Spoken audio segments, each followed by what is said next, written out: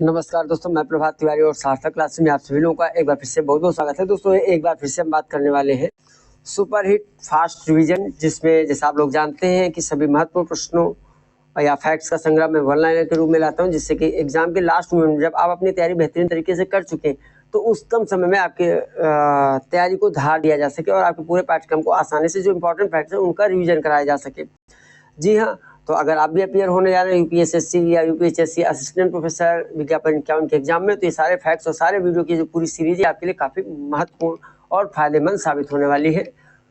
और साथ ही साथ प्रैक्टिस सेट के लिए आप चाहें तो टेस्ट सीरीज सार्थक क्लासेज ऐप के स्टोर सेक्शन में उपलब्ध है, उससे भी आप लाभान्वित हो सकते हैं और अपनी तैयारी को और भी बेहतरीन बना सकते हैं। तो चलिए स्टार्ट कर लेते हैं आज का वीडियो।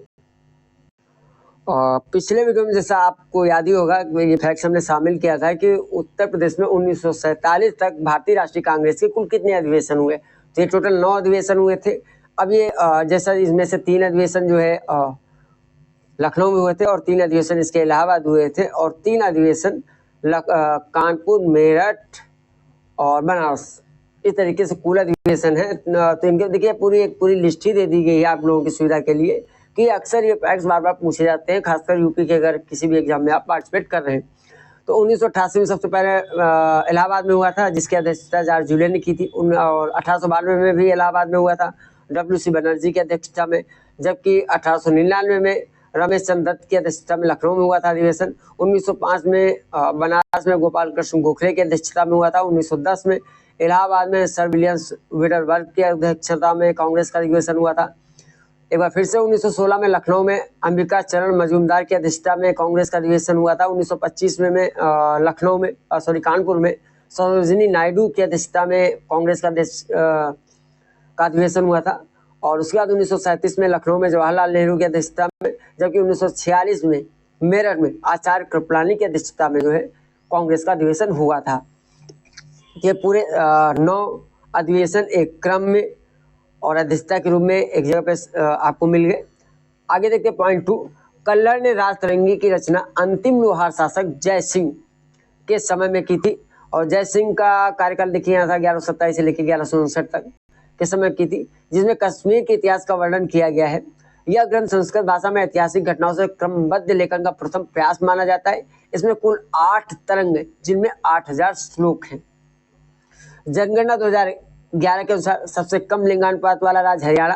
देखिए अभी हम जनगणना 2011 इसलिए ले रहे हैं कि 2021 की जनगणना संभवतः न तो अभी तक हुई है, ना हमारे पास कोई डेटा उपलब्ध है। आप लोग भी जानते हैं, तो जो भी प्रश्न बनेंगे ज्यादा संभावना की जो 2011 की जनगणना है उससे संबंधित होंगे। तो जनगणना 2011 में सबसे कम लिंगानुपात वाला राज्य हरियाणा, सबसे कम लिंगानुपात वाला केंद्र शासित प्रदेश जो दमन और दीव है। जनगणना 2011 के अनुसार न्यूनतम जनसंख्या वाला जिले की अगर बात करें तो दिबांग वैली अरुणाचल प्रदेश का है, और न्यूनतम जनसंख्या वृद्धि दर वाला जिला की अगर बात करें तो नागालैंड का लॉन्गलेंग जिला है। ब्यास नदी हिमाचल के रोहतांग दर्रे के समीप से निकलती है। इसकी प्रमुख सहायक नदियां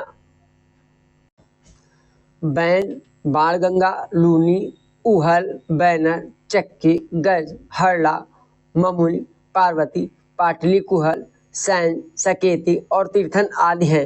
रोहतांग दर्रे का पुराना नाम भृगुतुंग था। और यहाँ पे देखिए इसकी ऊंचाई भी यहाँ दे दी गई है रोहतांग दर्रे की 3980 मीटर या 13,058 फुट की ऊंचाई पर स्थित है ये। रोहतांग दर्रा को हिमाचल प्रदेश में लाहौल और स्पीति जिलों का प्रवेश द्वार भी कहा जाता है। अक्सर प्रश्न पूछ लिया जाता है कि रोहतांग दर्रा को किन 2 जिलों के का प्रवेश द्वार कहा जाता है, तो लाहौल और स्पीति। लोक उपक्रमों पर नियंत्रण के लिए तकनीकें कौन कौन सी हैं, तो यह संसदीय नियंत्रण, न्यायिक नियंत्रण, कार्यपालिका नियंत्रण, अंकेक्षणीय नियंत्रण, अन्य साधन। वे पदार्थ जो जैविक उपक्रम द्वारा अपघटित हो जाते हैं उसे जैव निम्नीकरणी, मतलब वे पदार्थ जो जैविक प्रक्रम द्वारा अपघटित हो जाते हैं उन्हें हम जैव निम्नीकरणी कहते हैं। ओजोन परत की मोटाई जो है मौसम के हिसाब से बदलती रहती है, और अगर मौसम के हिसाब से बदलती रहती है तो ये भी जान लेना जरूरी है कि बसंत ऋतु में जो मोटाई है वो सबसे ज्यादा होती है और वर्षा ऋतु में ओजोन परत की जो मोटाई होती है वो सबसे कम रहती है। MS खेरा द्वारा सरकारी कंपनियों को निम्न 8 भागों में बांटा गया है। बहुउद्देशीय कंपनी, सरकार एवं भारतीय पक्षों के बीच साझेदारी वाली कंपनी, कंपनी, विकास कंपनी, व्यापारिक कंपनी, सरकार तथा विदेशी पक्षों के मध्य साझेदारी वाली कंपनी, पूर्णतः सरकारी स्वामित्व वाली कंपनी और अंतरराज्यीय स्वामित्व वाली कंपनी, बहुपरियोजना कंपनी। तो ये 8 प्रकार दिए गए हैं और कामा नहीं लगाया गया है, तो आप लगा लीजिएगा अपने हिसाब से। गोखले माई पॉलिटिकल गुरु पुस्तक के लेखक कौन है? तो महात्मा गांधी है। भारत में पर्यावरण संरक्षण अधिनियम 1986 को छाता विधान के रूप से भी जाना जाता है। अक्सर ये पूछ लिया जाता है कि किस पर्यावरण संरक्षण अधिनियम को छाता विधान के रूप से भी जाना जाता है? तो पर्यावरण संरक्षण अधिनियम 1986 को छाता विधान के रूप से भी जाना जाता है। मौलिक अनुसंधान के आधार पर मानव विकास का संज्ञानात्मक सिद्धांत प्रतिपादित किया था तो जिया प्याजे ने। देखिए यहाँ पे ये लिंक दे दिया गया है टेलीग्राम ग्रुप का। तो जीके जीएस की तैयारी के लिए अगर आप हमारे टेलीग्राम ग्रुप से जुड़ना चाहते हैं तो लिंक आपको इस वीडियो के डिस्क्रिप्शन में मिल जाएगा। उस लिंक के माध्यम से आसानी से आप जुड़ सकते हैं और जीके प्लस अन्य जानकारी से आप हमारे साथ अपडेट रह सकते हैं। विष्णुगढ़ जल विद्युत तथा तपोवन परियोजना उत्तराखंड के चमोली जिले में अलकनंदा नदी पर स्थित है। वर्ष 1905 में बंगाल विभाजन की अरविंद घोष ने अपने पत्र वंदे मातरम द्वारा कड़ी आलोचना की, जिसके कारण उन्हें जेल में बंद कर दिया गया था वर्ष 1908 में। निर्माणात्मक मूल्यांकन की मुख्य विशेषताएं हैं कि मूल्यांकन का प्रयोग शिक्षण कार्य के दौरान किया जाता है। किसी त्वरित समस्या के समाधान की अपेक्षा किसी विषय के मूलभूत नियमों तथा वैज्ञानिक सिद्धांतों के विकसित किए जाने के उद्देश्य से किए गए अनुसंधान को हम मूलभूत शोध कहते हैं। राज्य सरकार द्वारा भारत में कृषि आयकर कब लगाया गया था? राज्य सरकार द्वारा भारत में कृषि आयकर लगाया जाता है और यह लगाया जा सकता है। उच्चीकृत शोध परियोजना अभिकरण इंटरनेट से संबंधित है। सूचना के स्थानीयकृत करने में गोफर का उपयोग किया जाता है। ये पूछ लिया जाता है कि निम्नलिखित में से गोफर का उपयोग किस लिए किया जाता है? तो सूचना के स्थानीयकृत करने के लिए। हरित क्रांति की शुरुआत कब हुई थी? तो 1965-66 में हुई थी। वहाबी आंदोलन को राष्ट्रीय स्वतंत्रता का मुस्लिम युद्ध के रूप में भी जाना जाता है। हरित क्रांति का विचार नॉर्मन बोरलॉग ने दिया था, जबकि भारत में हरित क्रांति को डॉक्टर स्वामीनाथन ने सफल बनाया था। निर्वाचन आयोग के देखिए यहाँ पे कुछ प्रमुख कार्य हैं, जैसे कि चुनाव क्षेत्रों का परिसीमन, मतदाता सूचियों को तैयार करवाना, राजनीतिक दलों को मान्यता देना और चुनाव चिन्ह का आवंटन करना, राजनीतिक दलों हेतु आचार संहिता तैयार करवाना और चुनाव संपन्न करवाना। तो ये प्रमुख कार्य है निर्वाचन आयोग से संबंधित। राष्ट्रीय रसदार फल अनुसंधान केंद्र कहाँ स्थित है? तो यह स्थित है नागपुर में। नागपुर में राष्ट्रीय रसदार फल अनुसंधान केंद्र स्थित है। भारतीय जनजातीय सहकारी विपणन विकास परिषद 1987 में अस्तित्व में आया था।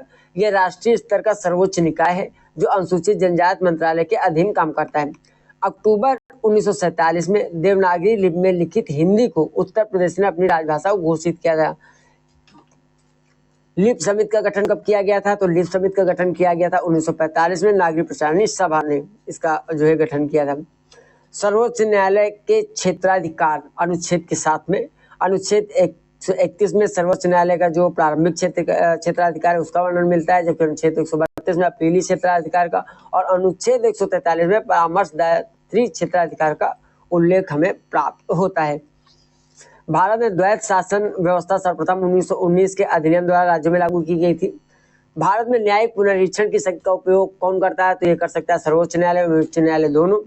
लखनऊ में राजकीय कला एवं शिल्प महाविद्यालय की स्थापना कब की गई थी? तो यह की गई थी 1911 में। विंस्टन चर्चिल ने महात्मा गांधी को अंतरंगा फकीर कहा था। राजभाषा हिंदी का प्रयोग उत्तर प्रदेश के समस्त सरकारी कार्यालयों में अनिवार्य कर दिया गया था। कब से? तो 26 जनवरी 1968 से। भारत का राष्ट्रपति बनने के लिए न्यूनतम आयु कितनी होनी चाहिए? तो 35 वर्ष होनी चाहिए और इसका वर्णन हमें किस अनुच्छेद में मिलता है? तो अनुच्छेद 58(1) में मिलता है। कैबिनेट मिशन द्वारा प्रस्तावित अंतरिम सरकार के कुल कितने सदस्य थे? तो कैबिनेट मिशन द्वारा प्रस्तावित अंतरिम सरकार में कुल 14 सदस्य थे। भारत सरकार अधिनियम 1935 प्रांतों में द्वैत शासन समाप्त कर प्रांतीय स्वायत्तता की व्यवस्था की गई थी। सर्वोदय कार्यक्रम को कार्यान्वित करने के लिए दल विहीन लोकतंत्र का सुझाव दिया था जयप्रकाश नारायण ने। उत्तरी भारत के संगीतज्ञों की बाइबिल किसे कहा जाता है? तो भरत मुनि का नाट्य शास्त्र उसे कहा जाता है। भारत में सर्वाधिक भेड़ें कहाँ मिलती है? तो आंध्र प्रदेश में मिलती हैं। सरकार को वित्तीय नीतियों के संबंध में सुझाव देने का कार्य किसका है? तो प्राक्कलन समिति का कार्य है। देखिए प्राक्कलन समिति कार्य है कि सरकार को वित्तीय नीतियों के संबंध में सुझाव दे। डेल्टा शिपिंग नामक तारीख खोज किसने की थी? जॉन गुडरिच ने की थी। देश का सबसे बड़ा शिपयार्ड कोचीन शिपयार्ड है। संसद के उच्च सदन के रूप में राज्यसभा को उल्लेख करता है अनुच्छेद 80। अनुच्छेद 81 के अनुसार लोकसभा का गठन 5 वर्ष के लिए किया जाता है। देखिए अनुच्छेद 80 जो है राज्यसभा से संबंधित है, जबकि अनुच्छेद 81 जो है लोकसभा के गठन से संबंधित है। हिंदुस्तान रिपब्लिक एसोसिएशन की स्थापना सचिंद्र सन्याल ने 1924 में कानपुर में की थी। ज्वार भाटे की उत्पत्ति का प्रमुख कारण चंद्रमा का जो है सूर्य और पृथ्वी की पारस्परिक गुरुत्वाकर्षण शक्ति की क्रियाशीलता है।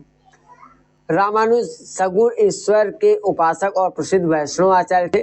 भारत में माला नहर तंत्र को प्रस्तावित किया था विश्वेश्वरैया ने।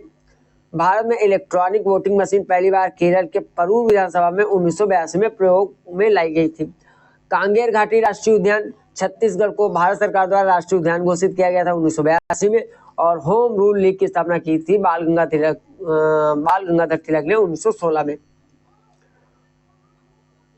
तो दोस्तों ये आज के कुछ इंपॉर्टेंट वन लाइन फैक्ट्स हैं फर्स्ट डिवीजन के लिए। हालांकि मैं ये मान के इस सीरीज को बना रहा हूँ कि आपने तैयारी बहुत अच्छी तरीके से कर ली है जीके में, और एग्जाम से पहले कम समय में आप जो अपने पूरे पाठ्यक्रम को रिवीजन करना चाहते हैं जिससे कोई इंपॉर्टेंट फैक्ट्स ना छूट जाए, तो इसके लिए मैं ये सीरीज बना रहा हूँ। और मेरा प्रयास भी है कि अधिक से अधिक इंपॉर्टेंट फैक्ट्स इसमें शामिल किया जा सके। हालांकि मेरी आपको सलाह जरूर रहेगी कि पढ़ने आई वाले जितने वीडियो हैं कम से कम आप 2 बार जरूर देखिए, चाहे वो आप मेरा वीडियो देख रहे हो या किसी का भी देख रहे हो। और साथ ही साथ प्रैक्टिस के लिए टेस्ट सीरीज सार्थक क्लासेस के ऐप पर उपलब्ध है। आप चाहें तो डाउनलोड करके स्टोर सेक्शन में विजिट करके उसका भी फायदा ले सकते हैं। तो आज के वीडियो में इतना ही। आपसे फिर मिलते हैं अगले वीडियो में कुछ नई जानकारी के साथ। तब तक के लिए नमस्कार।